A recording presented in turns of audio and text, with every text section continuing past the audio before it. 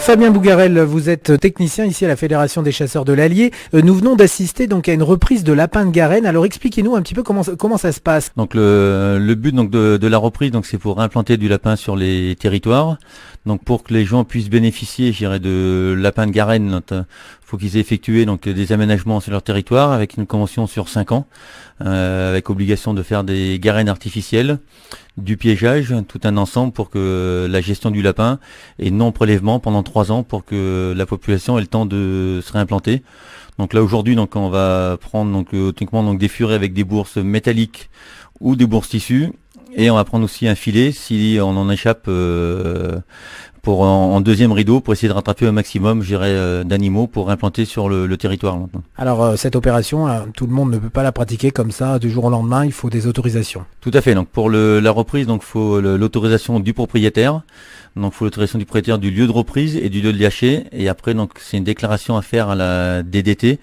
Donc pour avoir un bon transport, donc on a autant la chasse au furet à tir est autorisée sur le département jusqu'au 28 février, autant la reprise et le transport est réglementé et les reprises sont autorisées au maximum jusqu'au 15 janvier pour qu'il y ait une meilleure réimplantation du lapin. Donc pourquoi le 15 janvier? C'est qu'à partir du 15 janvier, si on a un hiver plutôt doux comme cette année, les femelles sont gestantes, donc le but c'est de réimplanter, c'est pas de détruire du lapin dès le départ. Donc c'est pour ça qu'on interdit sur le département la reprise après le 15 janvier. Là.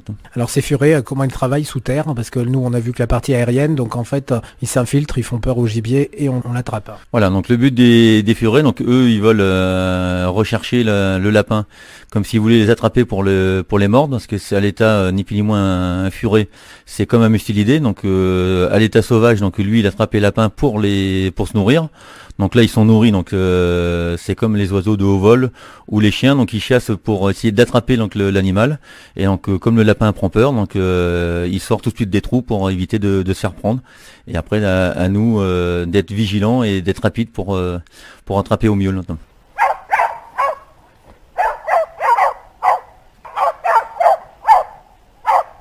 Alors ces lapins de Garenne ont été capturés donc sur la commune de Montmarault. Ils arrivent maintenant à Toulon sur Allier, ici au domaine des Salards. Alors on les a mis dans un type de garenne artificielle. Voilà, tout à fait. Donc il y a plusieurs types de garennes artificielles. Donc au niveau sur le département, au départ on démarrait sur garenne satellite avec un grillagement avec deux grillages, un simple torsion, un triple torsion. Donc maintenant on a légèrement évolué au niveau du module, donc c'est surtout maintenant garenne toujours satellite avec palette terre végétation, et tout le tour on met un fil électrique pour éviter de faire une verrue grillagée sur les lieux. Comme ça donc là, les lapins vont rester entre 2 mois et demi à l'intérieur, et après on enlève le filet électrifié, et comme ça se voit plus dans la nature du grillage. Que si l'opération marche pas, faut l'enlever. Donc c'est beaucoup plus simple, moins coûteux et a priori pour l'instant ça fait la 3e année aussi efficace que le grillage normal.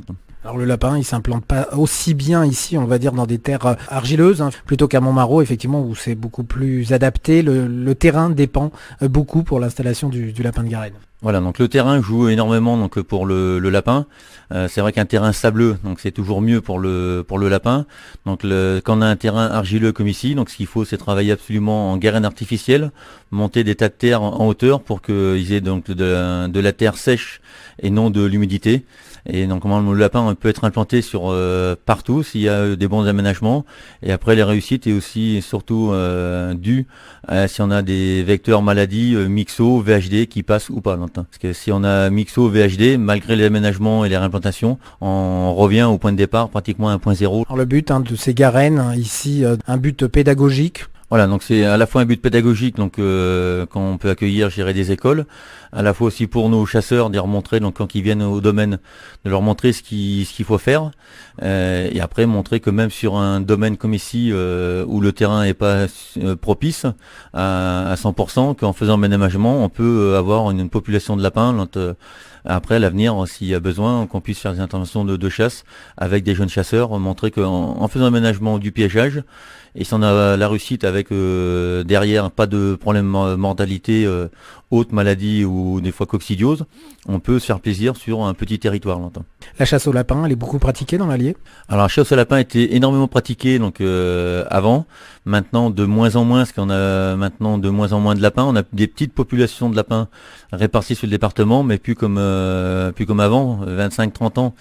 Comme disent les anciens, donc ils prélevaient entre 500 et 1000 lapins. Là maintenant, un territoire, quand ils prélèvent 50 à 80, 100 lapins, donc ils sont déjà très heureux. Et on a beaucoup de populations où les gens prélèvent entre 15 à 20 lapins par an.